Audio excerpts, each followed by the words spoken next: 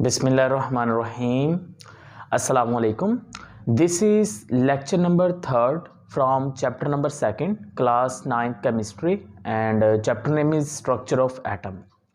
तो फर्स्ट और second lecture में हम लोग जैसा कि डिस्कस कर चुके हैं, एटम के स्ट्रक्चर को देखा, फिर ग्रीक कॉन्सेप्ट को देखा, फिर उसके बाद with the passage of time modern concept हमने स्टडी किया और फिर हमने देखा कि किस तरह से जो जॉन डाल्टन की एटॉमिक थ्योरी थी उसको गलत साबित कर दिया चंद एक साइंटिस्ट ने, ठीक है, जिनमें से एक साइंटिस्ट का जिक्र हम आज भी करेंगे, that's name is a Goldstein, जिन्होंने प्रोटॉन्स यानी कि पॉजिटिव पार्टिकल्स यानी कि किनाल रेज को डिस्कवर किया।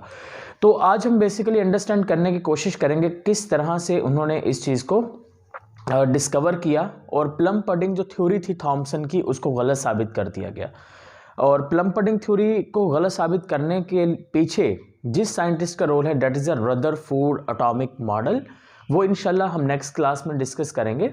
लेकिन आज की इस क्लास में हम लोगों ने सबसे पहले ऑपरेटर्स देखना है, फिर हम लोग देखेंगे उसके एक्सपेरिमेंट्स को, ठीक है, कि कौन कौन से एक्सपेरिमेंट किए गए, और फिर वो जो किनाल रेज हैं उनकी प्रॉपर्टीज़ को डिस्कस करेंगे और हम देखेंगे कि जो पॉजिटिव पार्टिकल्स हैं या फिर प्रोटॉन्स जो हैं इनको हम किनाल रेज क्यों कहते हैं। बहुत ही आसान से टॉपिक्स हैं, कोई भी इनमें कोई मिस्ट्री टॉपिक नहीं है, बहुत ही आसान है बेटा। तो सबसे पहले एज़ यूजुअल जैसे कि हमने प्रीवियस जो लेक्चर था उसमें भी हमने एक बनाया था ग्लास ट्यूब, ठीक है, या डिस्चार्ज ट्यूब ली थी हमने, ठीक है। और वो जो ग्लास ट्यूब है या फिर जो डिस्चार्ज ट्यूब है, उस डिस्चार्ज ट्यूब में हम लोगों ने क्या किया था, हम लोगों ने बच्चे एक तरफ दो मेटालिक इलेक्ट्रोड्स लिए थे इस तरह से, राइट, और उन दो मेटालिक इलेक्ट्रोड्स को हमने कनेक्ट कर दिया था बैटरी के साथ। तो जब हमने इन मेटालिक इलेक्ट्रोड्स को बैटरी के साथ कनेक्ट कर दिया इस तरह से कि इसकी जो एक साइड है वो जाकर अटैच हम कर देंगे बैटरी के पॉजिटिव टर्मिनल के साथ जो कि हाई पोटेंशियल पर है, और दूसरा बैटरी के नेगेटिव टर्मिनल जो कि लो पोटेंशियल पे है। तो सबसे पहले ज़रा देखिएगा कि किस तरह से ये वाली साइड जो है बैटरी की बेटा, इस पर पॉजिटिव चार्ज है, इस साइड पर नेगेटिव चार्ज है।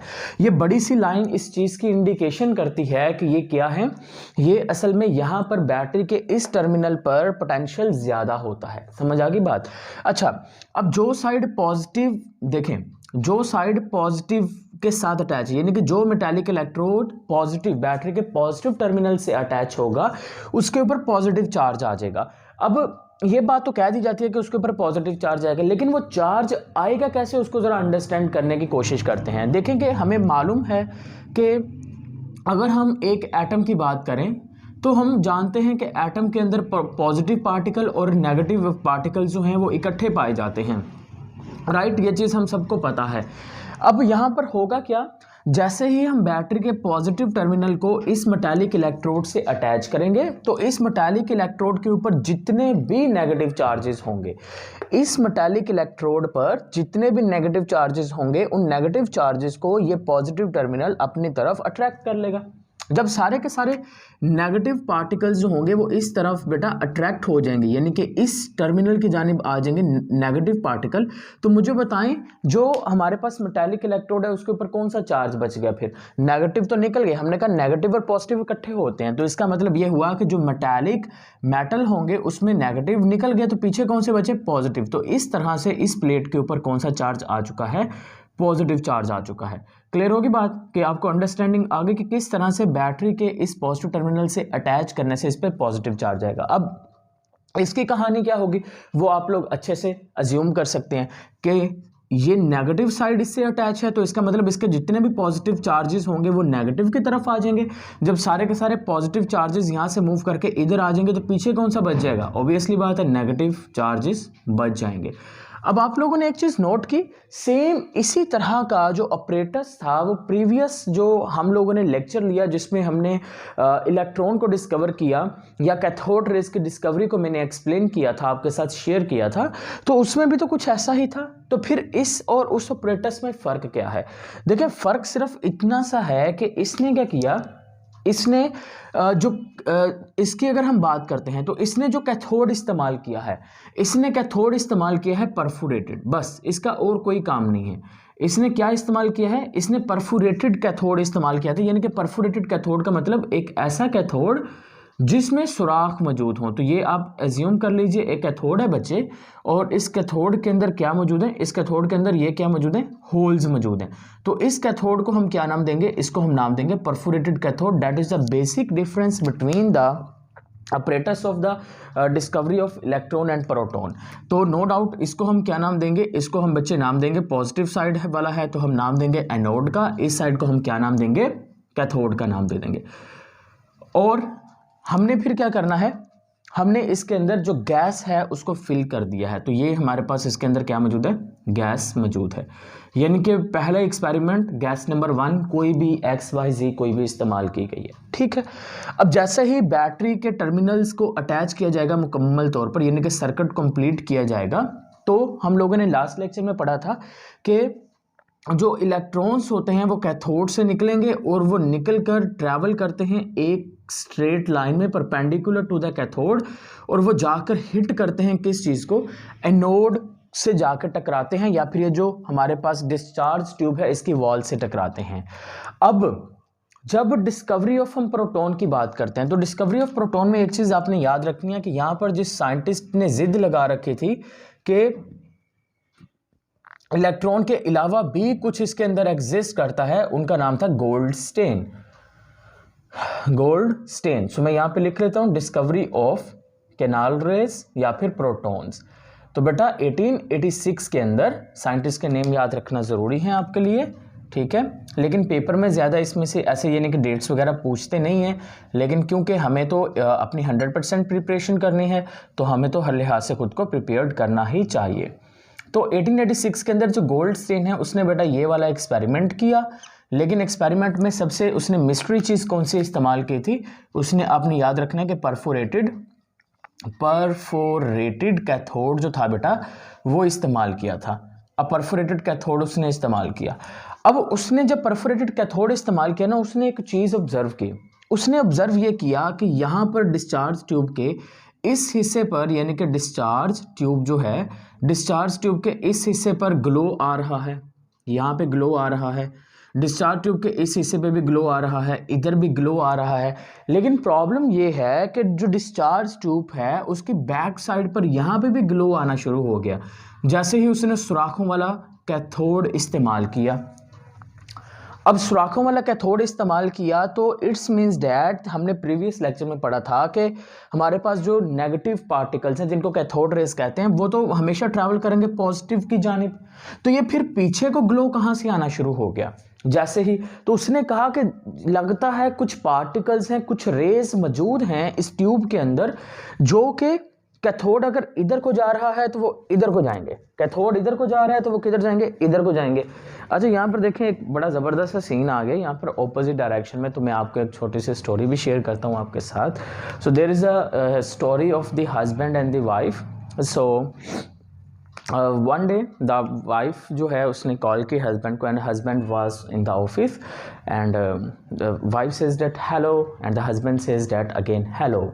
Wife says that how are you, and the husband says how are you, what are you doing, and husband also repeating that what are you doing, and the wife says that you are doing it to irritate me, and the husband says that you are doing it to irritate me. So खाना खा लिया, so the wife says खाना खा लिया, husband says that again same repeats the खाना खा लिया, wife thinks that अच्छा मौका है चलो, so wife says that I love you, so husband says that yes हाँ जी मैंने खाना खा लिया है okay, so they travel in the opposite direction. So in the same way, if the cathode particles is travel in the direction, then we can imagine that there is some other particles that travels in the opposite direction, right? So वो क्या कर रहे हैं, वो opposite direction में travel कर रहे हैं, समझ आ गई बात। तो अगर कैथोड इधर को जा रहे हैं तो जो एनोड पार्टिकल्स हैं वो बेटा इस तरफ इस जानिब क्या कर रहे हैं, ट्रैवल कर रहे हैं, समझ आ गई बात। सो ये इस जानिब क्या कर रहे हैं, ट्रैवल कर रहे हैं, शायद जिसकी वजह से यहाँ पर इस साइड पर भी क्या प्रोड्यूस हुआ है, ग्लो प्रोड्यूस हुआ है। अब क्योंकि ये जो रेज हैं, ये रेज इन कैनाल्स कहते हैं सुराख, क्योंकि इन सुराखों में से गुजर कर दूसरी साइड पर जाकर टकरा रही हैं, इसी वजह से इन रेज को हम क्या नाम देते हैं, इनको क्या नाम देंगे, हम इनको नाम देते हैं कैनाल रेज का। क्या नाम देंगे, केनाल रेज का। तो बेटा ये जो केनाल रेज है ना, ये इस तरह से डिस्कवर हुई हैं। क्लियर होगी बात।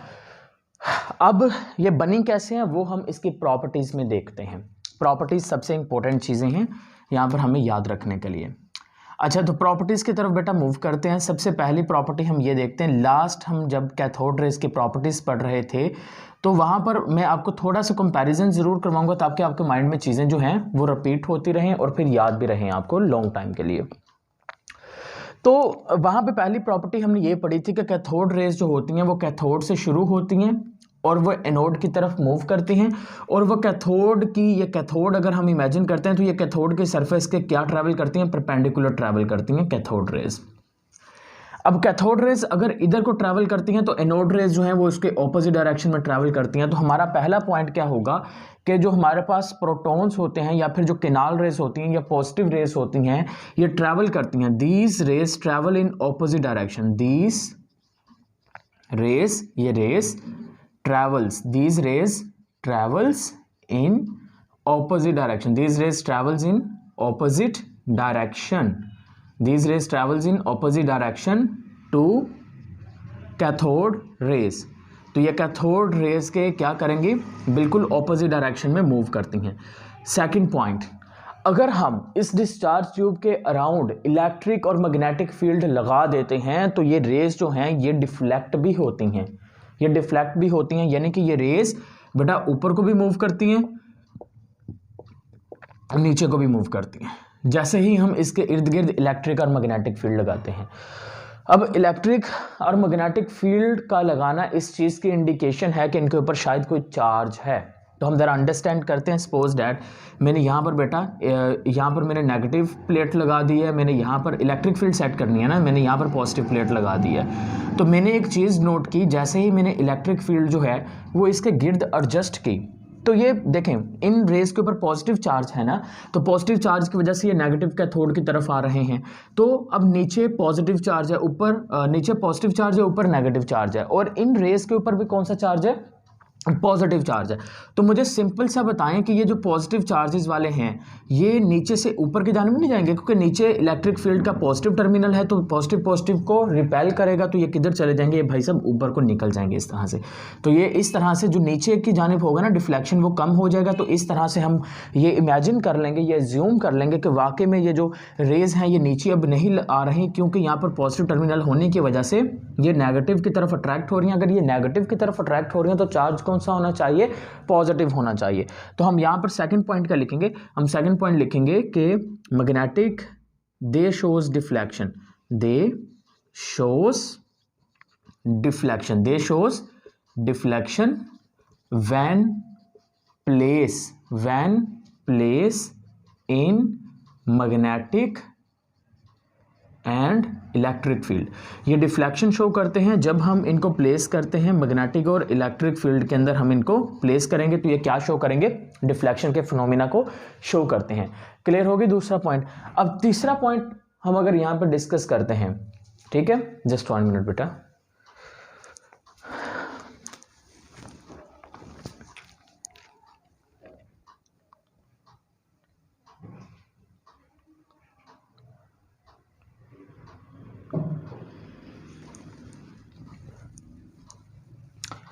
ओके अच्छा बेटा, तीसरा पॉइंट हम डिस्कस कर रहे थे।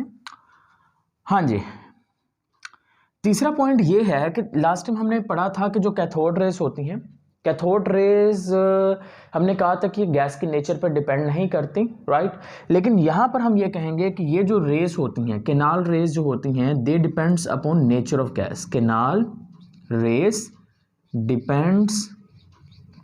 Depends upon nature of gas, depends upon nature of gas.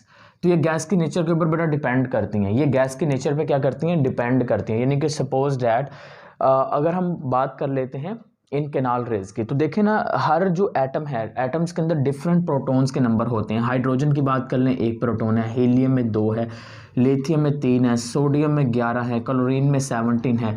तो यहाँ पर देखें हर एक एटम के अंदर जो है वो डिफरेंट नंबर ऑफ प्रोटॉन्स होते हैं, डिफरेंट नंबर ऑफ प्रोटॉन्स होते हैं।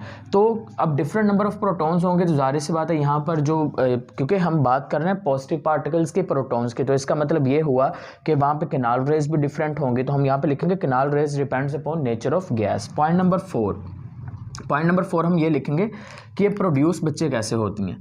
ये प्रोड्यूस देखें, हम लोगों ने प्रीवियस लेक्चर में पढ़ा था कि भाई यहाँ से इलेक्ट्रॉन्स निकलते हैं, फास्ट इलेक्ट्रॉन्स, और वो फास्ट इलेक्ट्रॉन मूव करते हैं कैथोड से एनोड की जानिब, जिनको हमने नाम दिया था कैथोड रेज का।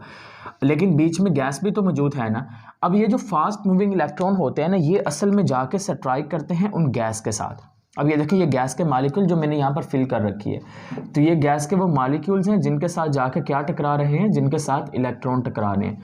जब ये इलेक्ट्रॉन इन गैस के मालिक्यूल्स के साथ बेटा जाके स्ट्राइक करेंगे, जब ये इलेक्ट्रॉन्स इन गैस के मालिक्यूल्स के साथ जाके स्ट्राइक करेंगे, तो इसके नतीजे में ये जो गैस होगी ये पॉजिटिव पार्टिकल्स में चेंज हो जाएगी, जिसकी वजह से यहाँ पर जो इलेक्ट्रॉन्स होंगे बेटा वो मूव करना शुरू कर देंगे। अब यहाँ पर ये जो केनाल रेज हैं, ये जो पॉजिटिव रेज हैं, ये कैसे प्रोड्यूस होती हैं? जब इलेक्ट्रॉन्स जो हैं वो हिट करते हैं जाके किसको, गैस के मॉलिक्यूल्स को। जब इलेक्ट्रॉन हिट करते हैं गैस के मॉलिक्यूल्स को, तो गैस के मॉलिक्यूल्स को जब ये जाके हिट करेंगे तो गैस के मॉलिक्यूल्स में से इलेक्ट्रॉन निकाल देंगे। जब ये इलेक्ट्रॉन गैस के मॉलिक्यूल में से निकाल देंगे तो गैस के मॉलिक्यूल्स के ऊपर पीछे पॉजिटिव चार्ज रह जाएगा, उनको हम नाम दे देंगे, this one is known as a canal rays या पॉजिटिव रेज का नाम दे देंगे। सो हम यहाँ पर चौथा पॉइंट लिख देते हैं, व्हेन इलेक्ट्रॉन्स, जब electrons strike, when electrons strike with molecules of gas, with molecules of gas, they produce positive particles, और वो पॉजिटिव होने की वजह से वो ट्रैवल करती हैं नेगेटिव कैथोड की जानिब और फिर वो मूव कर जाते हैं। अब हम नेक्स्ट पॉइंट डिस्कस करते हैं। नेक्स्ट पॉइंट है चार्ज टू मास रेशियो। इनकी जो चार्ज टू मास रेशियो होती है ना, वो डिफरेंट होती है। चार्ज टू मास जो रेशियो होगी बेटा वो क्या होती है, वो डिफरेंट होती है। लेकिन इलेक्ट्रॉन के केस में हमने क्या कहा था, हमने कहा था कि ये सेम होती है।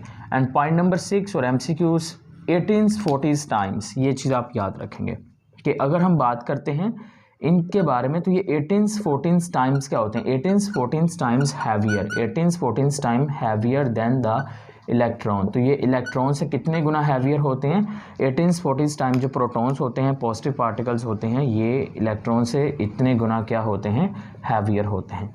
क्लियर होगी बात। So that is all discussion about the discovery of proton. और बेटा इसको पता क्या करना है, आपने चीज़ें समझ आ गई हैं तो इसको एक बार हाथों से गुजारो और कोशिश करो खुद से डेवलप करो, ठीक है। बुक से रीड आउट करिए, चीज़ों को अंडरस्टैंड कीजिए और उसके बाद खुद से लिख दीजिए। क्लियर होगी बात।